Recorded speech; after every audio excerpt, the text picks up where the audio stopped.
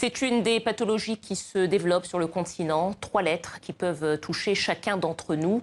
L'AVC, l'accident vasculaire cérébral, est une cause majeure de handicap. Paralysie, troubles de la parole ou de la vision, les séquelles peuvent être extrêmement lourdes. Alors, quelles séquelles, quelle prévention, quelle rééducation? Peut-on reprendre une activité professionnelle normale après un AVC? Pour répondre à ces questions, nous sommes avec le docteur Abderrahmane Hammer, cardiologue à Paris. Bonsoir. Bonsoir. Merci d'être avec nous, docteur. Alors, première question peut-être pour définir, pour savoir exactement ce dont on parle. L'AVC, c'est quoi? Qu'est-ce qui se passe dans le cerveau? Alors l'AVC, il faut savoir qu'il y a 2 types d'AVC d'abord. Il y a un AVC dit hémorragique, c'est-à-dire que c'est une hémorragie qui se déclare dans le cerveau à partir d'une artère qui s'est rompue, par exemple, à l'occasion d'une poussée hypertensive. Ou bien le deuxième cas, c'est le plus fréquent d'ailleurs, puisqu'il représente à peu près 80% des cas, c'est l'AVC dit thrombotique, c'est-à-dire que c'est un caillot qui part soit du cœur, soit des vaisseaux du cou. Thrombotique ou ischémique, hein? Oui, c'est le thrombose qui entraîne l'ischémie. On parle d'ischémie parce qu'une artère du cerveau est bouchée par ce thrombus. Donc elle développe une ischémie, et c'est à ce moment-là qu'on a ce qu'on appelle un accident vasculaire ischémique. Alors on va tout de suite prendre une question de téléspectateur Souleymane Abakar, à N'Djamena, qui s'interroge sur la diversité des séquelles. On l'écoute. J'entends parler beaucoup chaque jour des AVC. Quelles sont les séquelles? Souvent, il y a des gens qui perdent la mémoire, certains qui sont un peu paralysés. Est-ce que les séquelles sont les mêmes? Alors, les séquelles dépendent de l'aire géographique, j'allais dire, du cerveau qui est atteinte. Et ça dépend aussi de l'importance de cette zone du cerveau. Alors, vous avez donné quelques signes, justement, de ces AVC, qui est la perte de mémoire, il y a beaucoup d'autres signes aussi, qui sont par exemple des céphalées, c'est-à-dire des douleurs très importantes au niveau de la tête. Il y a des troubles du langage, par exemple, aussi, qui peuvent s'installer. Et puis, il y a plus grave encore, ce sont des paralysies qui sont plus grave en fonction de la zone intéressée, la zone du cerveau qui intéressée par l'ischémie ou par l'hémorragie. Voilà. Vous pensez que dans le cerveau, il y a des zones qui sont responsables du langage, de la motricité? Il y a plusieurs zones justement dans le cerveau. Chaque zone est responsable d'une fonction du langage, de la motricité, de la sensibilité, de beaucoup de choses qui sont... Alors, il y a au moins 2 chefs d'État sur le continent qui ont eu des AVC. Je pense au président algérien Abdelaziz Bouteflika et au président Ali Bongo du Gabon. Je vous propose de regarder et d'analyser les images ensemble.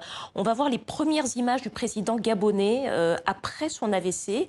Vous voyez, il est là en compagnie du roi du Maroc. Alors, on le voit. Est-ce que l'œil averti est capable de reconnaître des séquelles de l'AVC?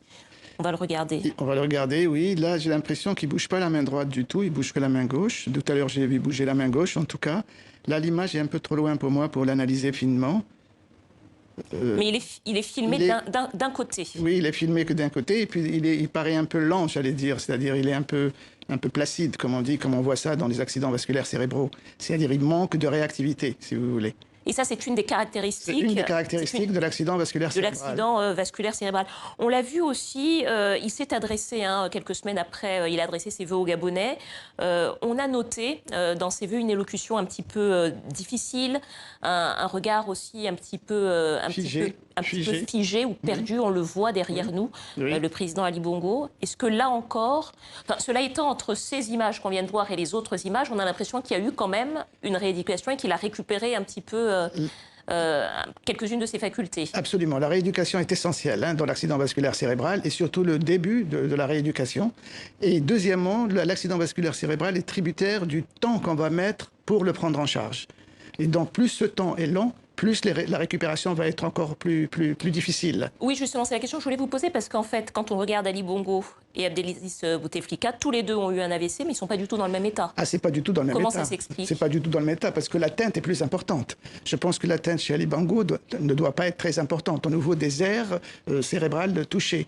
Chez le président algérien, M. Bouteflika, l'atteinte est très, très sévère, puisque d'abord, il ne parle pas du tout, il parle très, très difficilement, il a des problèmes de locomotion, puisqu'il est sur une chaise roulante, il ne bouge pas du tout la main gauche. Donc tout ça, ça veut dire qu'il y a beaucoup de zones qui ont été atteintes. Ça veut dire qu'il y a beaucoup de zones qui ont été atteintes ou ça veut dire qu'il y a eu plusieurs AVC?